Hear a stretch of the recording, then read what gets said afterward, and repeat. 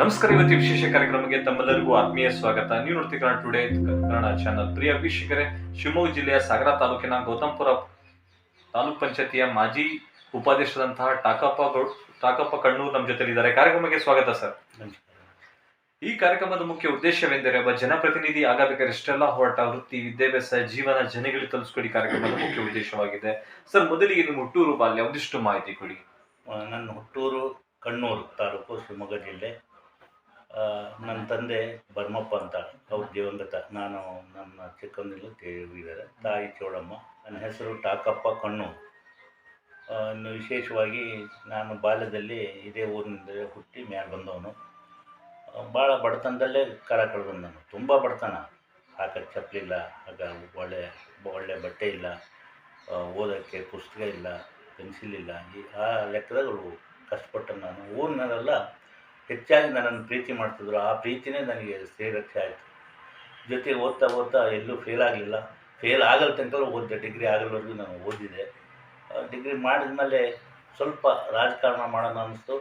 ಅಲ್ಲಿಗೆ ಸರ್, ನಿಮಗೆ ರಾಜಕೀಯಕ್ಕೆ ಬರ್ಬೇಕನ್ಸಿದ್ಯಾ ಅವಾಗ? ನಮ್ಮಲ್ಲಿ ಪ್ರಬಲವಾಗಿ ಹೋರಾಟಗಾರರಿದ್ದರು ಕಾಗೋಡು ತಿಮ್ಮಪ್ಪನವರು. ಅವರ ಮಾತುಗಳು, ಅವರ ನಡೆನುಡಿ ಇದೆಲ್ಲ ನಾವು ಫಾಲೋ ಮಾಡ್ತಾಯಿದ್ದೀವಿ. ಕಾಲೇಜಿನ ದಿನಗಳಲ್ಲೂ ಅವ್ರನ್ನ ಫಾಲೋ ಮಾಡ್ತಾಯಿದ್ದೀವಿ. ಯಾಕೆ ನಾವು ರಾಜಕಾರಣ ಮಾಡಬಾರ್ದು, ಏನಾದರೂ ಮಾಡೋಣ ಅಂಥೇಳಿ ಅವ್ರನ್ನ ಫಾಲೋ ಮಾಡಿದೆ. ನೌಕರಿಗೆ ಹೋಗೋಕ್ಕೆ ಬರಲಿಲ್ಲ. ಆಮೇಲೆ ಗ್ರಾಮ ಪಂಚಾಯತಿ ಮೆಂಬರ್ ಆದೆ, ಪ್ರಧಾನ ಆದೆ. ಸುಮಾರು 5 ಪೀರಿಯಡ್ ಗ್ರಾಮ ಪಂಚಾಯತಿ ಮೆಂಬರ್ ಆದೆ ನಾನು. ಆಮೇಲೆ ಹೇಳಿ ಕೇಳಿ ಪ್ರಮೋಷನ್ ಸಿಕ್ಕಿದಂಗೆ ನಾನು ತಾಲೂಕ್ ಪಂಚಾಯತಿ ಮೆಂಬರ್ ಆದೆ. ಅಲ್ಲಿ ಕೆಟಗರಿ ಬರಲಿಲ್ಲ, ಆದರೂ ಉಪಾಧ್ಯಕ್ಷರು 2 ಪೀರಿಯಡ್ ಉಪಾಧ್ಯಕ್ಷ ಆದೆ ನಾನು. ನೆಕ್ಸ್ಟು ಜಿಲ್ಲಾ ಪಂಚಾಯತಿಗೆ ಸಿಗ್ಬೋದು ಅಂತ ಮಾಡಿದ್ರೆ ತಿಮ್ಮಪ್ಪನವರು ರೆಕಮೆಂಡ್ ಮಾಡಿದರು.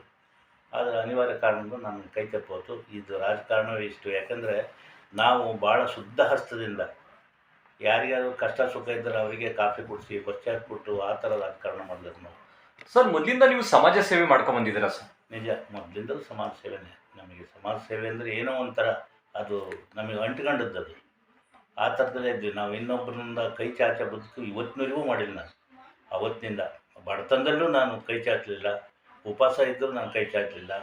ಹಾಗಾಗಿ ಬಡವರು ಸ್ವಲ್ಪ ದೀನದಲ್ಲಿ ಕಂಡು ನನಗೆ ಏನೋ ಒಂಥರ ಕನಿಕರ, ಕೈಯಲ್ಲಿ ಇದನ್ನೇ ಕೊಟ್ಬಿಡ್ತೀನಿ.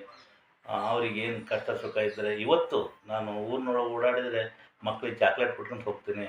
ಮನೆಗೆ ಬಂದು ಮಕ್ಕಳಿಗೆಲ್ಲ ಚಾಕ್ಲೇಟ್ ಕೊಡ್ತೀನಿ.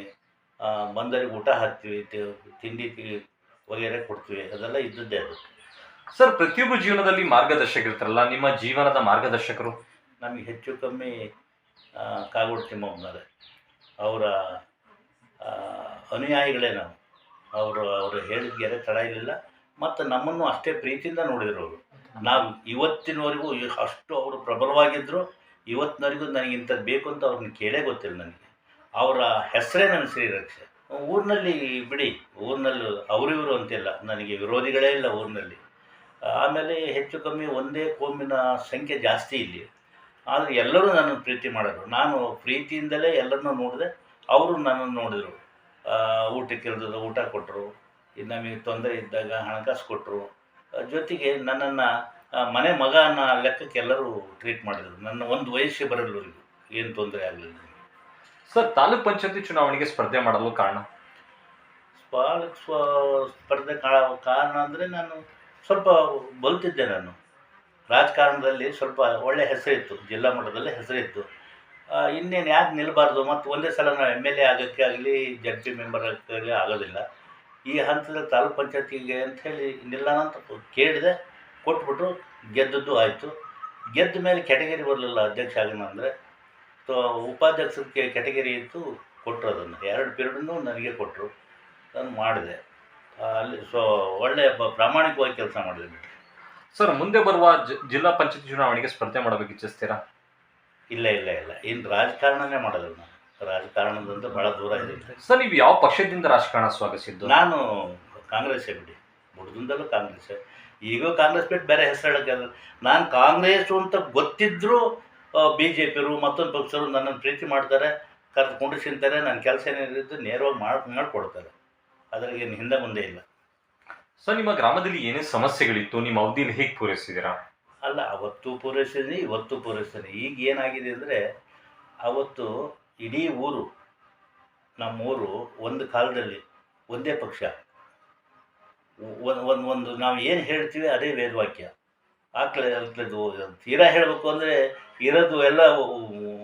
ಈಗ ಒಂದೊಂದು ಪಕ್ಷಕ್ಕೆ ಒಬ್ಬೊಬ್ಬರು ಏಜೆಂಟ್ರು ಅವರು ಇವರು ಬರ್ತಾರೆ, ಅದೆಲ್ಲ ಬರ್ತಿದ್ದಿರಲ್ಲ. ಅವಾಗ ಒಂದೇ ಕಡೆ ಇರ್ತಿತ್ತು, ಒಟ್ಟು ಹಾಕ್ತಿದ್ದೀವಿ, ಡಬ್ಬಿ ಹೊಡಿತಿದ್ರು. ಈ ಊರಿನ 7% ಇರ್ತದೆ, ಎಲ್ಲ ಅಪ್ಪಿತಪ್ಪಿ 4-5 ಬೇರೆಯವರಿಗೆ ಹೋಗ್ತಿತ್ತು. ಆದರೆ ಇವತ್ತು ಹಾಗಿಲ್ಲ. ಈಗ ಒಂದು ಮನೆಯಲ್ಲಿ, ನನ್ನ ಮನೆಯಲ್ಲಿ ಒಬ್ಬನು ವಿದ್ಯಾವಂತ ಇದ್ದಾನೆ ಅಥವಾ ಒಬ್ಬನು ಮನೆ ಮುಖ್ಯಸ್ಥ ಇದ್ದಾನೆ ಅಂದರೆ, ಅವ್ರ ಮನೆಗಿದ್ದರೆಲ್ಲ ಅವರೇ.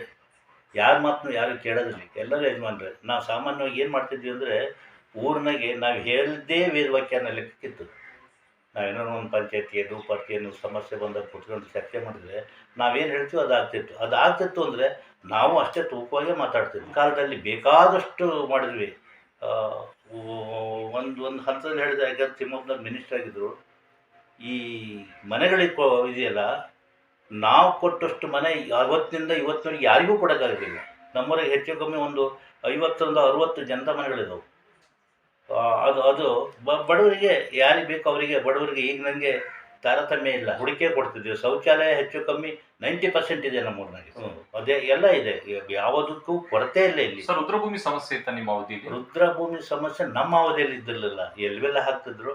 ಆದರೆ ಈಗ ರುದ್ರಭೂಮಿಗೆ ಜಾಗ ಕೊಟ್ಟಿದ್ದಾರೆ, ಅದರ ಡೆವಲಪ್ಮೆಂಟ್ ಮಾಡಿಲ್ಲ, ಯಾಕಂದ್ರೆ ಹೋಗೋದಿಲ್ಲ. ಸರ್, ಇವಾಗ ಹಾಲಿ ಅನ್ನೋ ಸಮಸ್ಯೆ ಇದೆ ನಿಮ್ಮ ಗ್ರಾಮದಲ್ಲಿ? ಹಾಲಿ ಸಮಸ್ಯೆಗಳು ಸಣ್ಣ ಪುಟ್ಟ ಇದಾವೆ.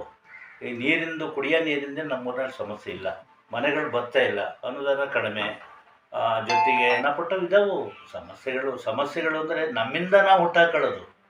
ನಾನು ಚೆನ್ನಾಗಿದೆ ಅಂದರೆ ಚೆನ್ನಾಗೇ ಇರ್ತೀನಿ, ನಾನು ಚೆನ್ನಾಗಿಲ್ಲ ಅಂದ್ರೆ 108 ಕಾಯಿಲೆಗಳು ಕಾಣೋದು. ಖಂಡಿತ. ಅದ್ರಾಗೇನು ಬೇರೆ ಮಾತಿಲ್ಲ. ವಿಶೇಷ ಅಂದರೆ ಇಲ್ಲಿ ನಾ ಹೇಳಿದೆ ನಿಮಗೆ, ವಿದ್ಯಾವಂತರ ಸಂಖ್ಯೆ ಜಾಸ್ತಿ ಆಯಿತು. ಅದು ಪರಿಪೂರ್ಣ ವಿದ್ಯಾವಂತರ ಅರ್ಧಮರ್ಧ. ಅವರಿಗೆ ಪ್ರಪಂಚ ನಂದು ಅನ್ನೋ ಲೆಕ್ಕಕ್ಕೆ ಅವರಿದ್ದಾರೆ. ಅದು ಹೊಡೆತ ಆಗಿರೋದು. ಅಪ್ಪನ ಮಾತನ್ನು ಕೇಳೋದಿಲ್ಲ, ಅಣ್ಣನ ಮಾತನ್ನು ಕೇಳೋದಿಲ್ಲ, ತಾಯಿ ಮಾತನ್ನು ಕೇಳೋದಿಲ್ಲ. ಅಂಥದ್ರಿಂದ ಊರಿನಲ್ಲಿ ಸ್ವಲ್ಪ ಅಜಾಗರೂಕತೆ ಮೂಡ್ಬೋದೇ ಹೊರತು ಮತ್ತೆ ಬೇರೆ ಇಲ್ಲ. ಚೆನ್ನಾಗೇ ಇದ್ದಾರೆ. ಸರ್, ಕೊನೆ ಪ್ರಶ್ನೆ, ಜನ ನಿಮಗೆ ಮತ ಹಾಕಿದಾರಲ್ಲ, ಅವ್ರಿಗೆ ಏನು ಹೇಳಿ ಬಯಸ್ತೀರಾ ಸರ್? ಇಲ್ಲ, ನೀವು ಒಳ್ಳೇದಾಗ್ರಿ, ನಿಮಗೆಲ್ಲರಿಗೂ ಒಳ್ಳೇದಾಗಲಿ ಅಂತ ಹೇಳೋದು ಬಿಟ್ಟರೆ ಬೇರೆ ಏನು ಹೇಳೋಕ್ಕಾಗತ್ತೆ ಹೇಳಿ? ಕೊಟ್ಟವನು ಇದ್ದಾನೆ, ಕೊಡ್ದಿದ್ದನು ಇದ್ದಾನೆ, ನಮ್ಮಿಂದ ಉಪಕಾರ ಪಡೆದವನು ಇದ್ದಾನೆ, ಪಡೆದಿದ್ದನು ಇದ್ದಾನೆ. ಎಲ್ಲರೂ ಒಳ್ಳೇದಾಗಲಿ ಅಂತ. ಧನ್ಯವಾದ. ಎಲ್ಲರಿಗೂ, ನಿಮಗೂ ಧನ್ಯವಾದ, ಎಲ್ಲರಿಗೂ ಧನ್ಯವಾದ. Thank you sir.